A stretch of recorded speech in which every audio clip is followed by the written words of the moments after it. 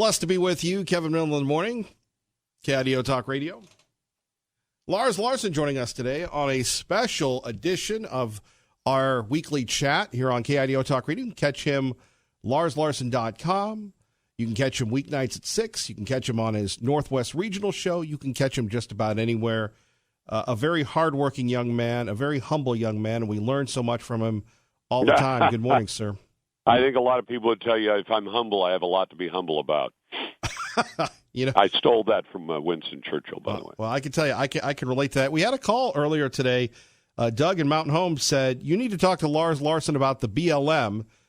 He was trying to get into your show, but you were having the people that were disagreeing going to the front, and Doug was with you. He couldn't get in. He goes, you have to ask him about the BLM and how they're buying land and it's illegal. And he was just... It was about 5 minutes of Lars earlier this morning. You know what the issue was, and I'm sorry if that got in the way of your show this morning. No, not at all. We love talking about you, Lars. Here's the issue, and I know it's controversial. Do you know how much of America the federal government holds title to in land? Not offhand, no. It's done you 28% of the land mass of the United States. And if, you love the Constitution, I do too. The Constitution assumed that, and it speaks to this, that the federal government should have the land it needs for the capital and for whatever, other essential government purposes, things like ports and army bases and things like that. It does not suggest that the federal government should be, if not the majority, then the plurality landowner in North America. No, the United States is it's a little over 2 billion acres. And 600 million acres plus is held by the federal government. And there are people in your audience who love that idea. They love the idea that the federal government owns all this land because they say, I like to recreate on it. But you're paying a very heavy cost by having the federal government own that land. And if somebody says, what's the cost? Well, you know that if you own a piece of land, Kevin, and all the people in your audience know this, if you're a rancher and you say, you got 1,000 acres of land, must be nice. You know what it costs to maintain it. You have to fence it. You have to patrol it. When fires catch on it, you have to put the fires out. I mean, there are a lot of other costs to owning land, even if you're not talking about taxes and insurance and things like that. So the new appointed head of the BLM, who's just been appointed, is the former president of the Mountain States Foundation, and he also worked for Ronald Reagan. And his attitude about the federal government owning land is the same as mine. But he actually says the federal government shouldn't own any land at all. I don't think we should take it to zero because I want the federal government to own the U.S. Capitol. I guess I don't mind in principle that we own, a number of national parks, which are a tiny fraction of that 600 million acres. But having the federal government through the Forest Service, the BLM, the GSA, and other federal agencies own over 1/4 of the entire country makes no sense. And Kevin, I always tell people, if a private individual or company owns a piece of land, what will they do with it? They will put it to its highest and best use, or they will sell it. Now, there are some examples. I mean, you can find some example of, well, this company owns that piece of land over there and they haven't done anything with it yet. Well, that's probably true. But most people and most companies will not own something and not use it, not put it to some use. Now, that doesn't mean necessarily building shopping malls or landfills or anything else on the land. You may own a piece of land, and if you say, what can we do with this land to your, the managers that work for you, say, well, we'll lease it out for grazing. Okay, we'll do that. Now, the problem is the federal government is one of the worst landlords in the country. Almost everything they touch becomes a money-losing liability. And that means it's a liability to all of us.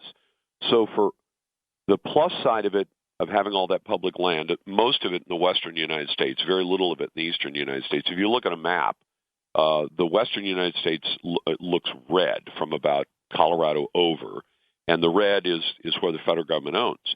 Nevada is 90% owned by the federal government. The eastern United States is not. And I know people say, but if there's a federal forest nearby, I can go hunting, I can go fishing, I can do this, I can do that. That's great. And they say, well, all of that will go away if it's in private ownership. I would beg to differ. It will not. There are people in the eastern United States who go hunting and fishing and everything else, and and a very small percentage of those states in the eastern United States, especially states that are the oldest states like Virginia, a very small percentage of the land is owned by the government. It's mostly owned by private companies, private individuals. But I think we're buying something very expensive when we say, well, this piece of land is there. It's not being put to its highest and best use. It actually has a net cost to the federal taxpayers. The Forest Service loses money every year. I mean, only the federal government could be that stupid. I mean, if you went to any member of your audience who lives in Boise who has even a passing familiarity with logging and said, your granddad just deeded you 10,000 acres of timberland, what do you want to do with it? Even if you said, I know nothing about logging, you'd call up a couple of companies and say, got all this timberland, what can I do with it? And they'd say, well, you could go cut trees off of it, and you'll have to replant them. That's the law. But if you said, well, what will that do for me? Well, they say, well, it's going to cost something to log it, but you'll make money. You'll make a net amount of money beyond what it costs to log it. And if you said, well, it's going to cost to fence it, well, you'll be able to pay the fencing costs and the taxes and everything else from the logs you take off of it and sell. And you don't have to know how to cut down a tree or haul it or mill it or turn it into lumber where it ends up at Home Depot or Lowe's. You just have to know the people to call. The Forest Service literally loses money. And it is one of the biggest landowners in America. It owns all this timberland, and you know what they do with most of it? They have 30,000 full-time federal employees who are in the Forest Service, and they run the operation at a net loss. Now, if you were that private landowner who got the 10,000 acres of timberland, in Idaho from your granddad, you could lose money too. I mean, if you got scammed, you could have a timber company come in and say, "Well, we've cut down all these trees and we made all this lumber, but the costs were greater than what we got from taking the trees down." At that point, I would suggest you're probably being scammed. Only the federal government is capable of taking valuable timberland and either letting it burn down or losing money on a timber operation. Only the federal government knows how to lose money on something like that. And they're famous for running money-losing operations. There is a story, and it's not apocryphal, about the IRS taking back one of those houses of ill repute down in Nevada. They took it back for taxes, and it was a prostitution operation, but it was legal. And they took it back, and the story goes that when the IRS took it over for taxes, they kept it running, and they lost money. Only the federal government can lose money on a whorehouse. Lars Larson joining us, Kevin Miller, KIDO Talk Radio. Lars, what'd you think of both nights? I loved it. I mean, because it seems at this point, I was thinking Joe Biden was going to be out of it. The DNC, I think, desperately wants to kick Joe Biden to the curb. But an awful lot of the sensible people, if they're halfway sensible people in the Democrat Party, if you can find some, know that Joe Biden is their best chance. I think they're not going to win against Donald Trump, but he is their best shot. And yet they don't like him because he's too far to the middle. He's too sensible. They want some complete lunatics like the ones you've been seeing who say, and just let me outline between last night and the night before. We will have open borders. We will have no arrests for illegally coming into our country. We will provide full health care benefits to illegal aliens. We will provide Medicare for all at a cost of $3 trillion a year. That would be 3/4 of the current federal budget, but it would mean it would almost double the size of the federal budget to cover Medicare for all. The number of things, they're going to take health care away from 180 million Americans who have it right now and replace it with a government-run system. And I've just told you what I think of government-run systems. They're usually failures. So when I see these lunatics on stage and the things they're proposing, the Green New Deal alone is $90 trillion. Medicare for all is $30 trillion. I interviewed a reporter who, along with another reporter from the Washington Beacon, sat down and they added up the identifiable costs of the proposals made by Democrat candidates for president already. Now, some of the things they're proposing to do will cost, but nobody knows exactly what they're going to cost. They identified that the proposals currently made by Democrat candidates for president total to $210 trillion. Now, the entire output of planet Earth is about $85 trillion a year. So they're talking about spending on new programs an amount equal to about 2.5 years of the entire GDP of planet Earth, which, by the way, they don't have access to. They're talking, the GDP of the United States is about $21 trillion a year. So they're talking about spending 10 years of the entire output of the United States of America, which, by the way, you can't spend because we already spend most of it on government, food, housing, energy, transportation, all the things we need to live. But this is taking on a mortgage for America that is simply unpayable and undoable. And yet that's exactly what all these Democrats have been proposing. And Biden is sort of the most moderate of those Democrats, and that's why the party doesn't like him. He seems to be doing pretty well. But last night, he came under attack with some actually sensible questions. One of the question lines that fascinated me was that during the first 2 years of Barack Obama's administration, the country deported about 800,000 illegal aliens, and to which I say, bravo, we should have more of that. It's actually a number bigger than the first 2 years of Trump, but that's because Trump spent the first 2 years being every time he wanted to keep people out of the country or deport them, the left fought him. But when Obama was doing it, they didn't care that Obama was booting 800,000 people over 2 years. But they asked Biden a perfectly sensible question. Will that kind of level of deportations continue if you become president? And he said, no, it won't. Now, he didn't say what it would be, but he said it wouldn't be 800,000 over 2 years. It would be some number lower than that. And they went after him on immigration hammer and tong, and because now he says that kind of deportation is wrong. And so some of his competitors on the stage asked him last night, if, when you were vice president to Barack Obama, if you think the policy of deporting all these people is wrong, did you tell the president you shouldn't be doing this? And he refused to say, which means he didn't. I'm reasonably certain that Joe Biden did not walk into Barack Obama and say, stop deporting all these people. But now, because he's running for president, he has to say, I'm against all that. Well, you got to have it one way or the other.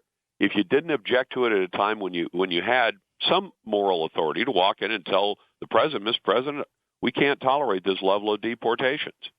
And if you really wanted to fall on your sword, you could walk in and say, if you keep deporting people, and if you really oppose deportations, Joe Biden says he does but did not back in the day.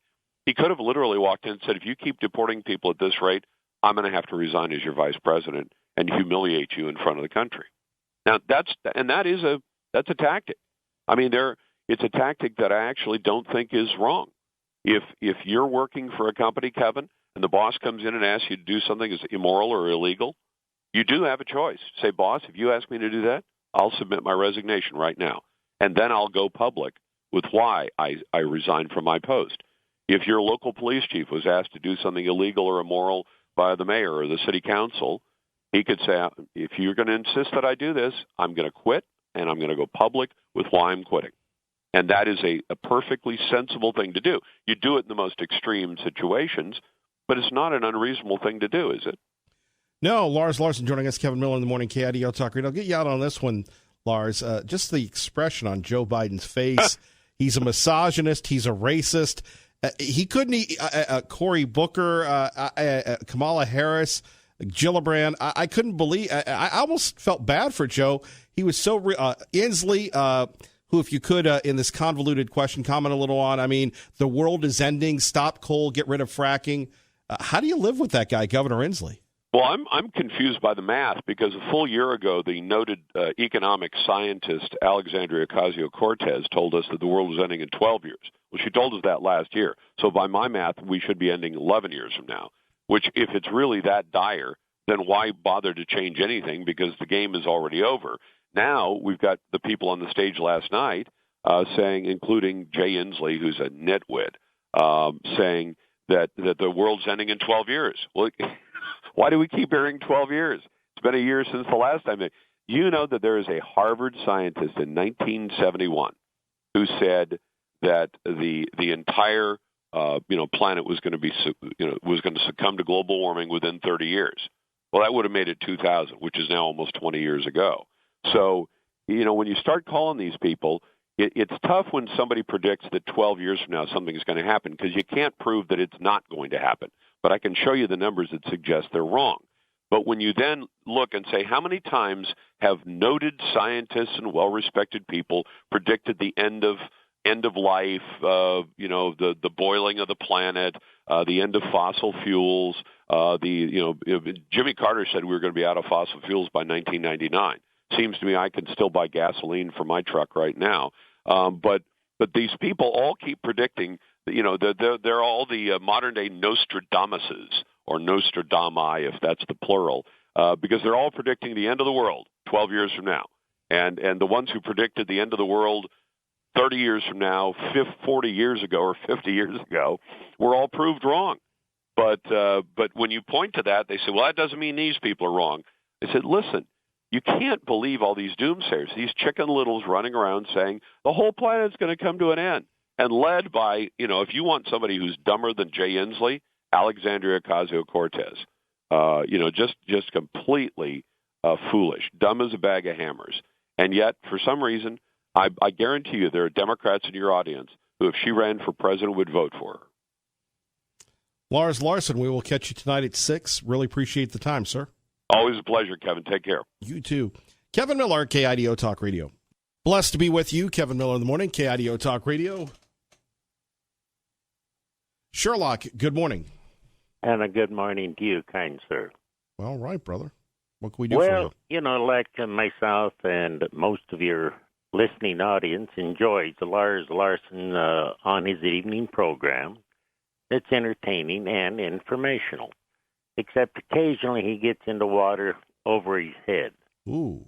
Yes. The naysayers, which you'd put to his front of his line, as he likes to say. Within regard to the Forest Service that he was, shall we say, obliviating about, first, he doesn't know how the Forest Service came in itself, the origin of the National Forest. Very few people do. But the main thing of it is 2 points. One, the Forest Service doesn't own any of the land. There are no such things as the, quote, public lands owned by everybody within the country. Wrong. They manage the land. Their financing, when he says they lose money, only within regard of the management of fire. And, of course, well stated is that it's allowed the undergrowth and such. They don't burn it off when they could, and make sure that they don't have these forest fires. But as far as salaries, vehicles, and it's interesting, used to be they owned more vehicles than they had employees. And that's all comes from the timber harvest that comes from the respective counties within the individual states. But I just thought I'd mention, just to correct a couple, 3 of those items that he was talking about, which is unfortunately the common perception of most people. Thank you, Sherlock. You're welcome. Kevin Miller in the morning, KIDO Talk Radio, traffic and weather together. Good morning, Dave. Pete in Mountain Home, good morning. You're on KIDO Talk Radio. Good morning, Pete. Kevin, I got a correction for Lars and some other folks. The real problem with the Forest Service, BLM, other public lands is Article 4, Section 3 of the Constitution, called the Property Clause. The Congress shall have power to dispose of and make all needful rules and regulations respecting the territory or other property belonging to the United States. Supreme Court ruling in a case, Kleppe versus New Mexico, having to do with wild horses and burros, that the state of New Mexico wanted to treat as wildlife that they could manage. The Supreme Court said, nope, Congress has taken that on the public lands, and the power of Congress over the public lands is without limit. And the problem that you get with the Forest Service and the BLM and other federal agencies is Congress has passed God knows how many laws, National Environmental Policy Act, the Endangered Species Act, the Clean Water Act, the yada yada, the Protect the Bunnies Act, that make it at the point where if the Forest Service or BLM tries to do a timber sale or an oil and gas sale, the environmentalist wackos come storming out and file lawsuits saying, oh, no, you got to do an environmental impact statement. You got to do this. You got to do that. You got to. And by the time you get done with complying with all the laws that Congress has passed, they give up. It's like, okay, we'll never get this done. Why even bother? And if you got a gripe about the way the public lands in America are managed, call your congressman. Talk to Congress. Because the federal agencies, they're stuck. They get those laws passed, and they're stuck with them. And that's my rant for the morning. Well, your rant is always welcome here. And I would also like to add, I think it's wonderful that all those white Democrats at the debate apologized for what they have done to blacks in America, because the Democrats for the slave owners, the Democrats fought on the slave-owning side in the Civil War, the Democrats passed the Jim Crow laws, the Democrats did segregation, the Democrats fought against the Civil Rights Act of 1964, and the Democrats are running the cities where minorities live that are rat-infested, basically hellholes. So the Democrats, the white Democrats, really should apologize, and I think every registered white Democrat in America should pay reparations. Wow. Go for it. Pete, you're on fire this morning. Thank you, sir. I love it, Kevin. It's, it just, listening to their debate is, if you want entertainment, that's where you go. Anyway, thank you for providing a venue for my rant. You're always welcome here, Pete. You take care. You too. Bye-bye. Bye. Bye-bye. Our great friend Pete from Mountain Home. Coming up next, we're going to find out what's going on with Doug Petcash, then more of your phone calls, reviewing last night's big debate. Don't forget to join us tomorrow. We will be at Stanton International's new location in Meridian, East Franklin Road, right next to Planned Parenthood in Meridian. If you would like to help Stanton save lives, go to GoFundMe.com/Stanton-Healthcare-Meridian. Kevin Miller, KIDO Talk Radio. Good morning, Doug. Responsibility of Corey and Kamala to be the only voice that takes on these issues of institutional racism, systemic racism in our country. I think as a white woman of privilege who is a U.S. Senator running for President of the United States, it is also my responsibility to lift up those voices that aren't being listened to. And I can talk to those white women in the suburbs that voted for Trump and explain to them what white privilege actually is. That when their son is walking down a street with a bag of M&Ms in his pocket, wearing a hoodie, his whiteness is what protects him from not being shot. When their child has a car that breaks down and he knocks on someone's door for help and the door opens and the help is given, it's his whiteness that protects him from being shot. That is what white privilege in America is today. And so my responsibility is to not only lift up those stories, but explain to communities across America, like I did in Youngstown, Ohio, to a young mother, that this is all of our responsibility. That's right.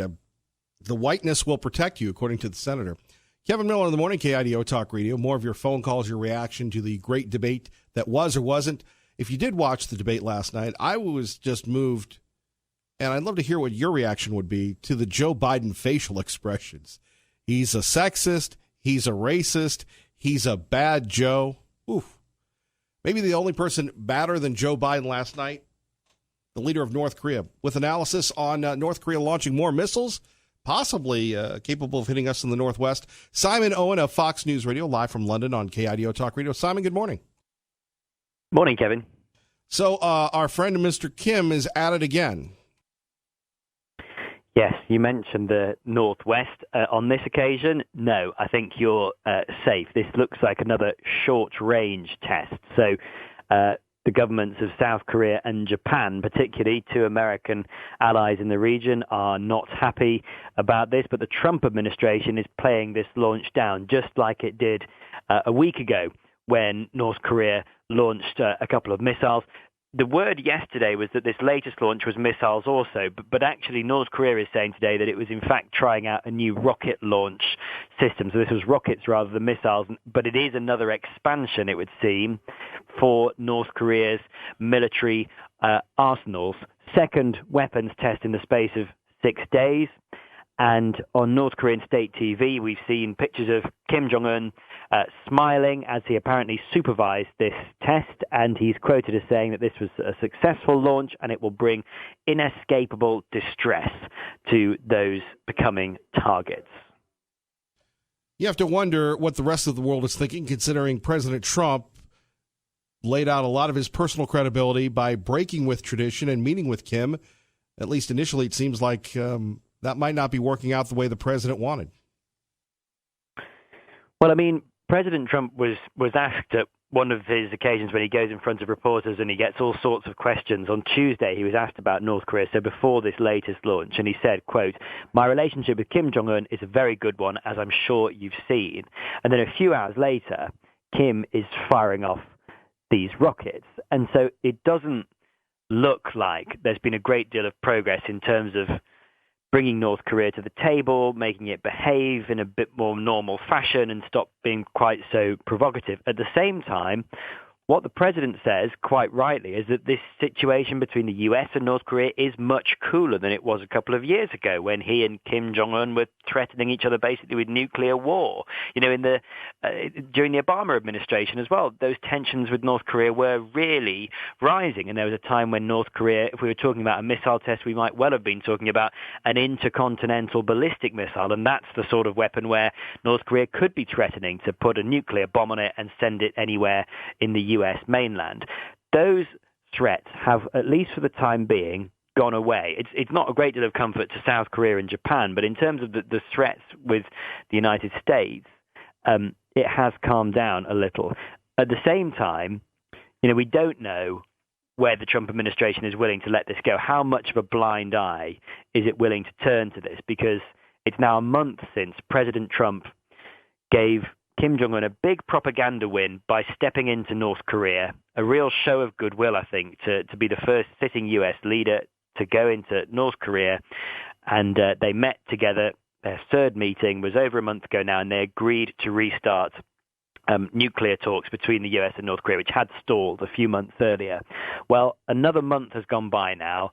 Those talks still haven't happened. And what North Korea is doing very publicly is firing off these provocative tests. And John Bolton, the president's national security advisor, you know, while the administration is saying it still wants these talks to happen, he admitted yesterday that the administration is still waiting to hear from North Korea on when these talks might restart. Well, it's like that song, Call Me Maybe, Simon.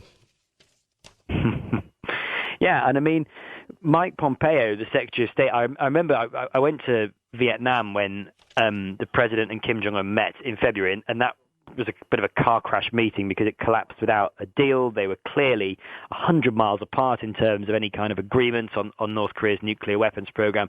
And Pompeo was saying afterwards that, you know, when you're doing diplomacy with the North Koreans, it is difficult because they are unusual in the way that they carry themselves. And you can be talking to them for weeks or months at a time and think it's all going swimmingly, and then they'll just go quiet for 2 or 3 months. And maybe then after that they come back and it's just back to normal as if it was before the hiatus. And so while it is a long time for this meeting of the two leaders for a month to have gone by and no sign of any kind of official talks between the countries, that is a while. But equally, by North Korea standards, maybe it's not. Maybe they will come to the table in a few months. But you know, at the moment, we're back in this pattern of weapons tests.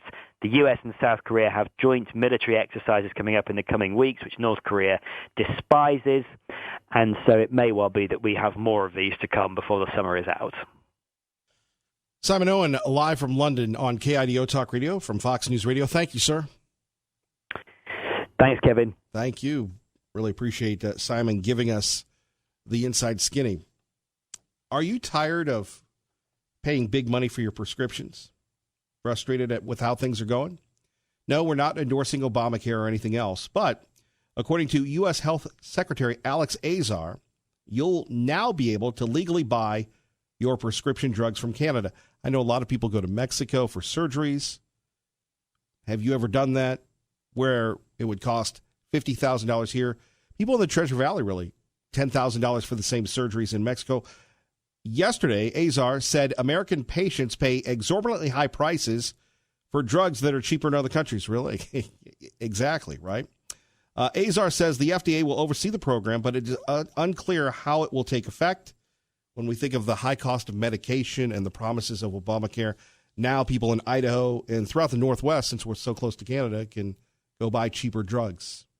We'll get your thoughts on that in a minute. First, more of your phone calls on the debate that was or wasn't last night on KIDO Talk Radio. I have to say, I kind of felt sorry for Joe Biden. Well, I guess everybody feels sorry for Joe Biden, Kevin. You know that. Joining us now, Tea Party Bob, KIDO Talk Radio. Good morning. Well, he's a poor excuse for what used to be a vice president in an administration that failed badly, and I'm sure not looking forward to the fact that he might even have a chance of being elected. That would be a disaster for this country. I wanted to talk a little bit about Lars Larson, his conversation this morning with you, and talking about the new acting head of the Bureau of Land Management, William Perry Pendley. You know, this man is a champion of ranchers and others in standoffs with the federal government over grazing. If he had been around during the Bundy deal, it would never have happened. He looks and talks about, and he talks about in his book about accusing federal authorities of environmental advocates of tyranny and waging a war on the West, which they have been doing. Well, this is something that you have been talking about for many, many years. And for people just tuning in right now to KIDO Talk Radio, how much of the land in the state of Idaho do the feds control? Way too much. I'd say 2/3. It's about right. So you're talking about 62 to 63%. Right. And now the feds provide us almost 40% of our general fund budget. But when you take a look at the western lands, and for people missing this, that's one of Lars Larson's point here, is that out west, west of the Great River, the feds control the majority of the land. What is it, over 90% in Nevada? That's correct. And the problem is that when you look at it, everything east of the Mississippi, most of those states own the majority of their land, or it's privately held. Out here, it's just the absolute reverse. It was never intended to be that way.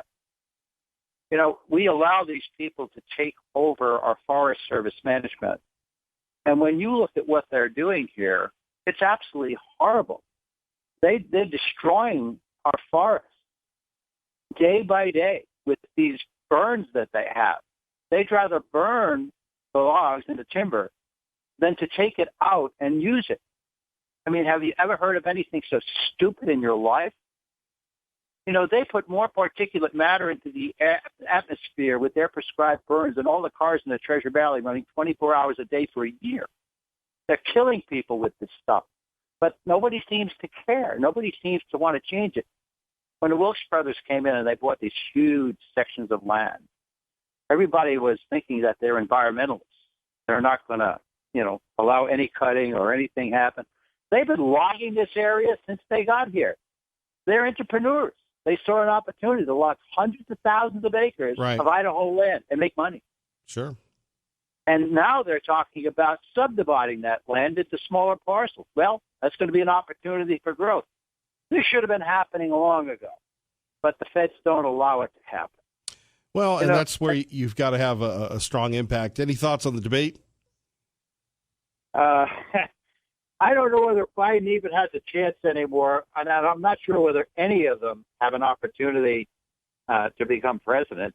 I've listened and I've read, and I just don't see any candidates there that are worthwhile. Well, then again, you're not the most objective. Tea Party Bob, we love you. We appreciate you. Tulsi Gabbard made a very effective argument, essentially attacking Kamala Harris as Attorney General of California, saying that she's not the progressive prosecutor that she claims to be. In the case of those who are on death row, innocent people, you actually blocked evidence from being revealed that would have freed them until you were forced to do so. There is no excuse for that.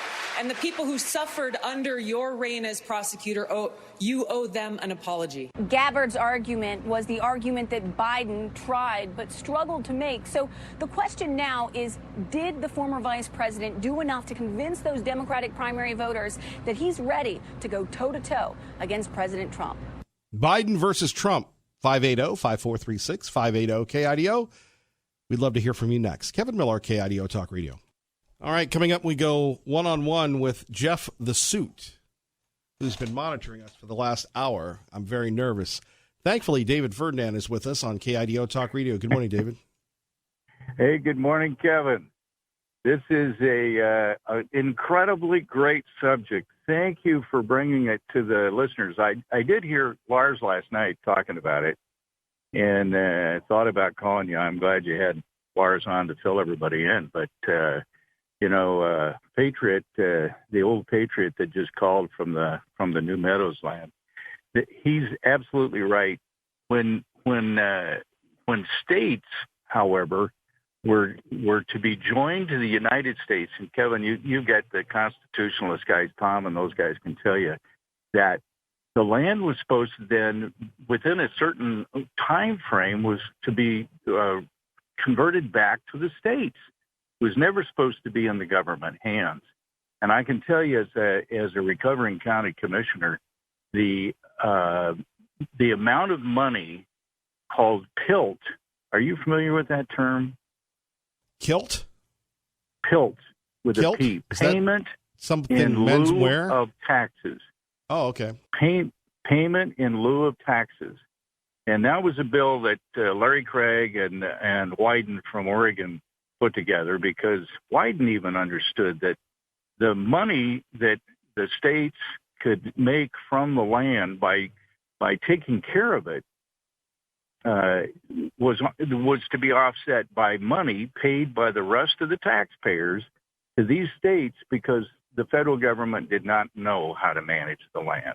And obviously, great former Congressman Helen Chenoweth, she was a great spokesman to make sure that this land was converted back, and people would give her a bad time about it. So, it's we definitely think it's time, and especially in order to manage the renewable resources that we've been given.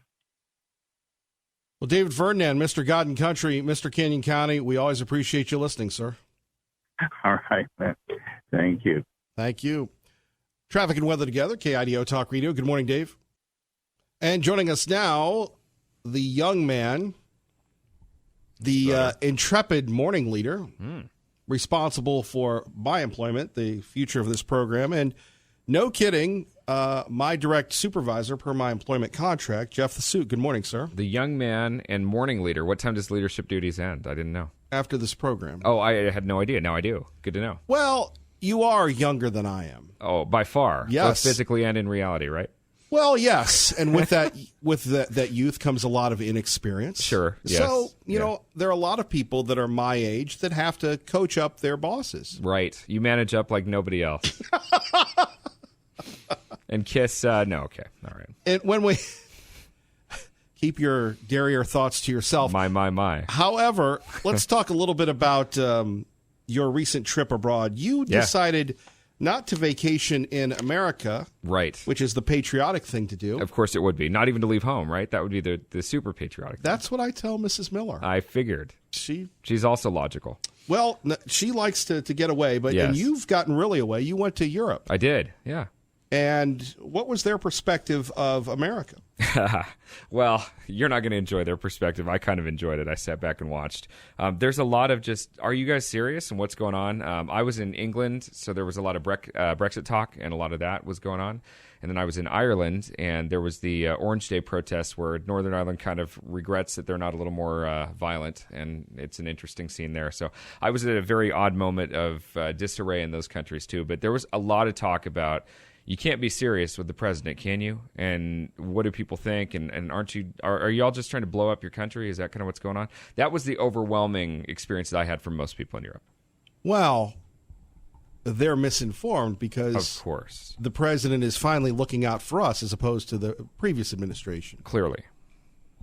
Any other thoughts on your European vacation? Personally, for most of us in Idaho, we prefer to stay in America. because we love America. See, I don't know that that's true. That's an interesting question. I don't know that leaving America means you don't love America. I think, in fact, it makes you appreciate what you have. But for me, I was born in Germany, so that was the point of the trip, was I got to go back and see the birthland. You're a foreign national. I'm not. I actually have a certificate of birth abroad because I had 2 American parents, one who had been military and one who was still in civil service. So. Yeah. So you are an American. Have we checked your? Have we done the E-Verify on you? I think I was next on Trump's list. It was Obama and then me. So yeah. We'll have Where's to his birth certificate? Can he even lead KIDO Talk Radio? Yeah.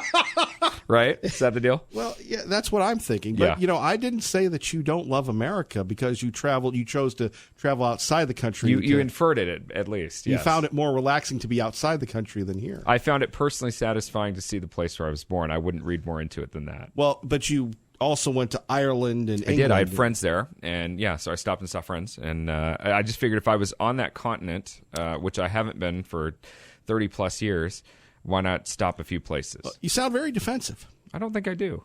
But it's nice to try and start something, though. Well, are you projecting? Actually, I will take direction since you have... you're going to start that now? Exactly. Wow, with less than a minute left. What a great time to take direction. Exactly. Yeah.